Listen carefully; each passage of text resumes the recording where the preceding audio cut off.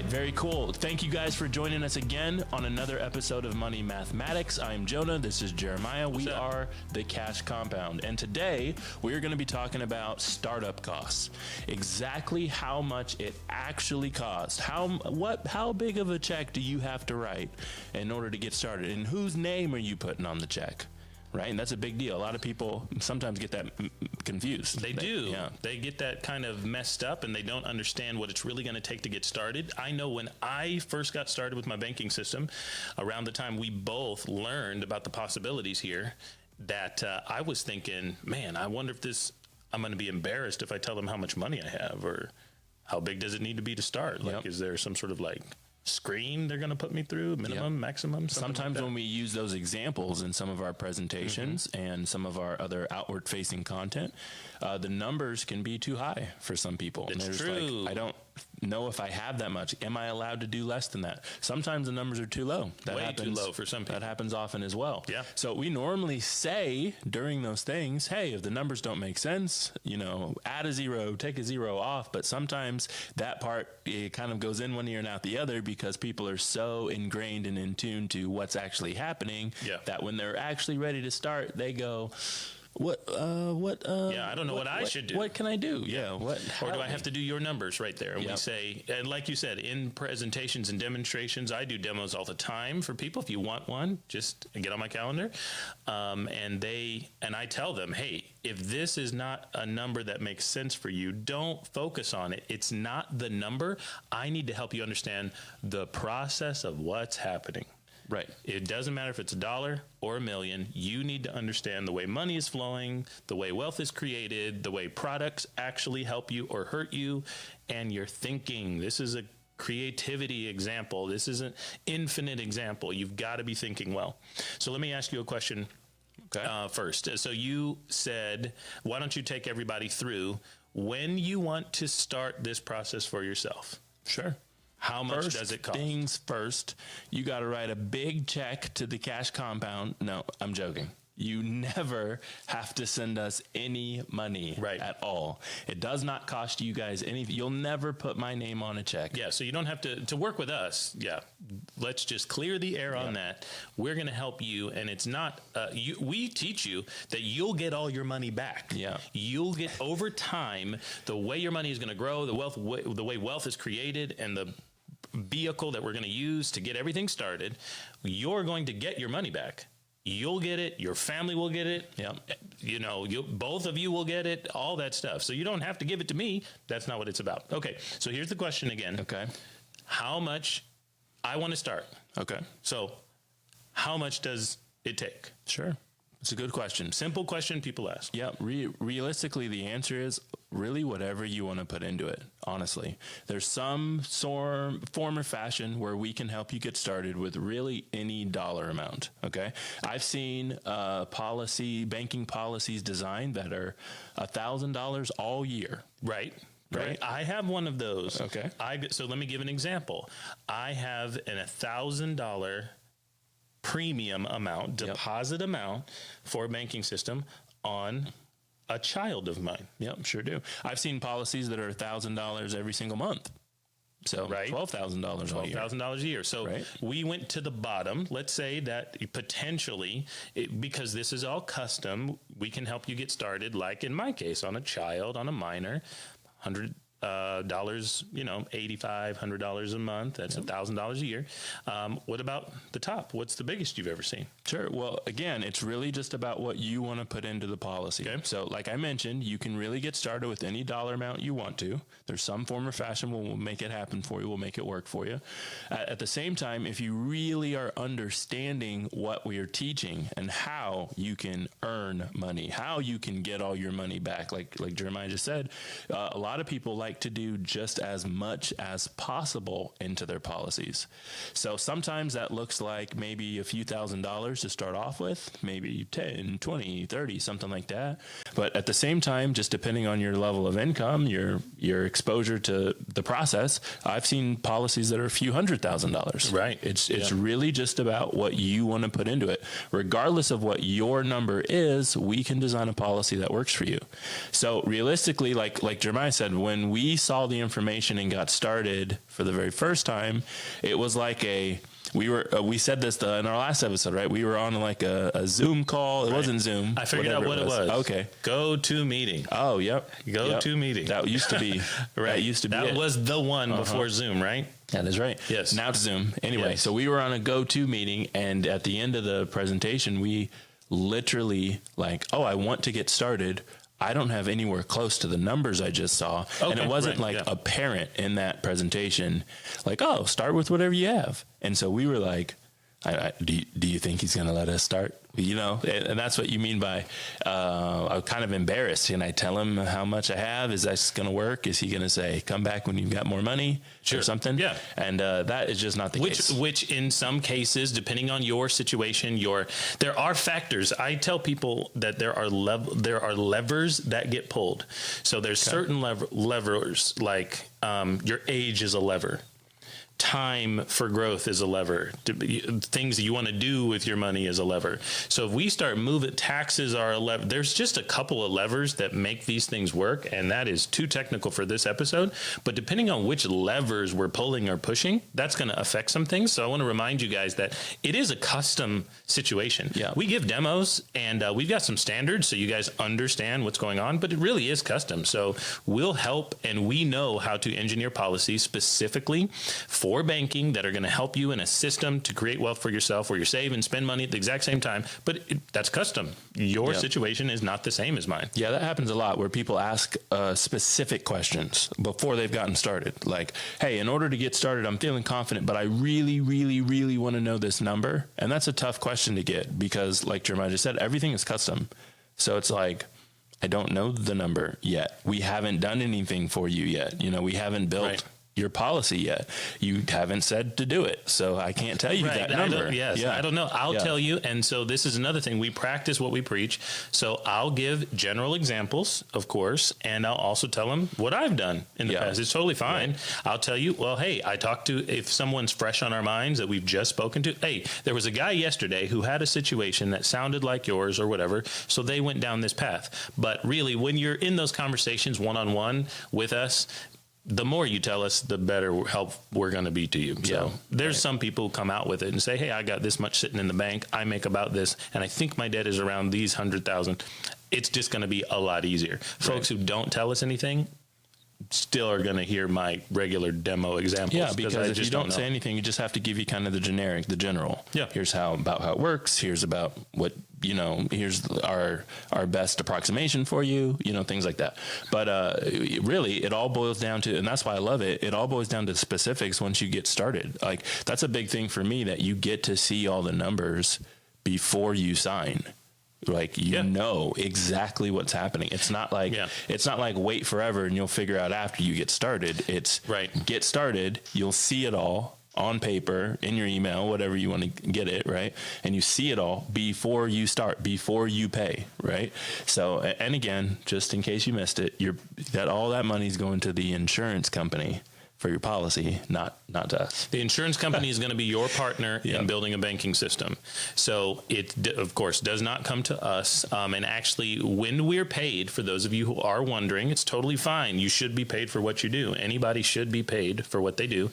But we don't get your money. That's another misconception. And there's other products in the insurance world that will confuse you. But when we get paid, we're getting paid from the general funds of the insurance company, and it has nothing to do with your dollars. Your dollars are going to be safe inside a growing banking system that has the guarantees. Yep. So like Jonah said as well, I wanted to back up and just remind you that when you're ready to roll and then you get what is potentially going to be a contract for you in illustration form, there's no obligation from you. Like, call me back up. We'll go over the numbers. We'll make sure you understand it. Now, we're going to build you custom tools afterward. Right. So it's tough sometimes to weed through 25 pages of jargon over the phone, but we're going to help you understand that this is building the way we've set the examples and the demos. So we'll help you understand your numbers that are specific to your exact situation and how the process, the banking, the guarantees, and the growth will work. So just reminder for you, we'll go over it just in case and I've got some folks out there we're working with right now who are like, hey, I got the paperwork. I'm so excited. You're right. I don't know what this says, but like I trust you. And I see that this one page is probably the numbers you're working from. And yeah, man. Okay, so I'm ready to roll. Okay, sounds good. But he just wanted to call me to let me know. I'm like, yeah, sounds good, man. Just let me know if you want me to dive into any of those specifics. Okay, so here's another thing that I wanted to jump into, and this is the part where when folks are kind of beyond some of the things we're talking about now, and they're talking about the startup costs, they're talking about what cash position they're going to be in once they begin, because they've seen when I deposit. We use that word a lot. It's a jargon term within our community. The real word is premium. When I put in premium, that's what you put in. Then where will I be with my cash? Sure. So we talk about that a bunch, but let's just clarify it for startup costs here. So we are starting a banking system, a real business. You're in business with the insurance company. They have to provide you certain guarantees of cash throughout your living career as well as in death. They have to provide it. Yep. So you're in business with them. It's guaranteed. They've never failed anybody in 200 years in your state, so don't worry about it. When you're thinking about, like, is it kind of show up? Yeah. Is it going to be there? Right. Is it going to be there? It's going to be there. And there's a great example that I want to get into, but help people understand here in the capitalization phase of a business. What does that mean? Well, capitalization phase of a business, not specifically a banking business, they're really just talking about the years that it takes until you break even, basically, until you make a profit. So all the years where you have to work hard and stay up late and put in all the extra hours in order to get the business up and running off the ground before you've actually made any money. That's going to be capitalization. Sometimes, like you mentioned, some of our friends, they talk about this with like school. And they'll say, hey, you went to college to become a doctor. How much money did you make, practicing medical stuff, being a doctor in your freshman year of school? And obviously that answer is zero. Right. So in the first year of going to school, you didn't make anything practicing. Right. You paid to get the education. Same thing for the second year of school, third year of school, probably the fourth year of school, fifth year of school, however many years you got to go, right? Well, if you're going to be a doctor. Right. And then it capitalizes when you get out of school, and now you have that role, that's your profession, and now you make lots of money. People pay you for it. You've now fulfilled the capitalization. And now there's going to be a return. It depends on how you're talking about. I'm getting kind of confusing, I think, for some folks out there. But it's just all about that example is capitalizing on your education. Where it's the same thing as capitalizing on a business. Now, we live in the technology era, so these day and age, the capitalization period can be way shorter if you're doing something online, and that's awesome. But with what we're doing in banking, there is a capitalization kind of period. Now, the cool thing about the capitalization time period is that you can shorten it depending on how you use your policy. And that's why we're here to kind of teach you how to use it. So you can actually go faster and your dollars can grow higher and bigger and things like that. But there is a little bit of capitalization, meaning you're not going to put in $1 on day one and turn around and have $1 to use, or a week later, more, 30 days later. Or more money. That doesn't happen on day one. There is a guaranteed growth over the course of lifetime of your policy, which is your life. And so the longer you play the game, the better and more efficient everything is going to run. But we just wanted to help you understand, because some folks are in the games of real estate investing and other types of investing, or we've got some friends who do some crypto and things like that. And they're like, hey, I'm just wondering how much money I'm going to have tomorrow. A lot of people, when they're asking that question, it's because they're trying to do this comparison game. But the problem is that they're not comparing. It's not apples and apples that they're comparing. So I've had this question lots. And like you just mentioned, a lot of those people are doing some sort of different investment, some sort of real estate deal, just something. They're doing something else. And they're comparing, why in the world would I give you money when I've got this happening so great over here? It'll make me more. but you're not realizing that you're not comparing the same. It's not an apple and an apple. It's an apple and an orange that you're comparing, right? So it's great that you can go make 5, 10, 15, 20, and whatever it is percent. And you should. Over here in whatever you're doing and what you're good at. That's awesome. It really is. But you've got to remember that lots of things, but here's a big one. The money over there, you're only making that 5, 10, 15, whatever it is percent while the money sits still and you cannot use it. The second you go to use some, which is what life is all about, because you have things to buy, right? Eventually, you're going to need to stop whatever you're doing so you can take the money and use it to purchase something. At that period, you stop making your 5, 10, 15, whatever percent. You've taken the money out of that program, of that whatever it was deal. That doesn't happen in banking. Right. Not only that, but like we talked about, I think, again, just last episode, you can start banking with your money to have that interest earning basically for the life of your policy, and then turn around and go still do your 5, 10, 15, 20% thing, whatever you're doing. So I'll recap that if I can paraphrase what you're saying here. So you're reminding everybody that this is a both and type of situation, right?